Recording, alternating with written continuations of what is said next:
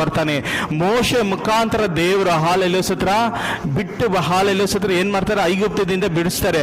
ಐಗುಪ್ತದಿಂದ ಬಿಡಿಸ್ಬೇಕಾದ್ರೆ ಇಷ್ಟು ವರ್ಷ ಅವರು ದಾಸತ್ವದಲ್ಲೇ ಇದ್ರು. ಇಷ್ಟು ವರ್ಷ ಅವರು ಮಾಡಿದ ಬೇವರು ಸೃಷ್ಟಿದ ಕೆಲಸಕ್ಕೆ ಮಾಡಿದ ಕಾರ್ಯಕ್ಕೆ ಒಂದು ಹಾಲೆಲೂಸತ್ರ ಅವ್ರಿಗೆ ಇದು ಸಿಗ್ಲಿಲ್ಲ, ಏನ ತಕ್ಕಂಗೆ ಬೆಳೆ ಅವ್ರಿಗೆ ಸಿಗ್ಲಿಲ್ಲ. ಆದ್ರೆ ಬರ್ಬೇಕಾದ್ರೆ ಐಗುಪ್ತ ದೇಶನ ಬಿಟ್ಟು ಅವ್ರು ಬರ್ಬೇಕಾದ್ರೆ ಬರೇ ಕೈನಲ್ಲಿ ಅವ್ರು ಬರ್ಲಿಲ್ಲ.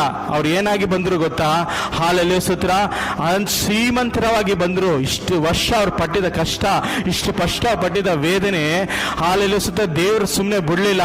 ಅವ್ರು ಯಾವಾಗ ಐಗುಪ್ತದಿಂದ ಐಗುಪ್ತದಿಂದ ವಾಗ್ದಾನ ದೇಶಕ್ಕೆ ಬಂದ್ರು, ಹಾಲೆಲೂಸತ್ರ ಅಲ್ಲಿ ಇದ್ದದ್ದೇ ಎಲ್ಲ ಆಸ್ತಿ, ಚಿನ್ನ, ಬಲ್ಲಿ ಎಲ್ಲವನ್ನು ಎತ್ಕೊಂಡು ಹಾಲೆಲೂಸತ್ರ ಬಂದ್ರು. ಯಾವತ್ತು ದೇವರನ್ನ ನಾವು ಸ್ತುತಿಸಿದಾಗ, ದೇವರನ್ನ ಕೊಂಡಾಡಿದಾಗ ನಾವು ಬರ್ಬೇಕಾದ್ರೆ ಏನಾಗಿ ಬರ್ತೀರಿ, ಬರೇ ಕೈನಲ್ಲಿ ಬರ್ತೀರಿ, ಏನಿಲ್ದೆ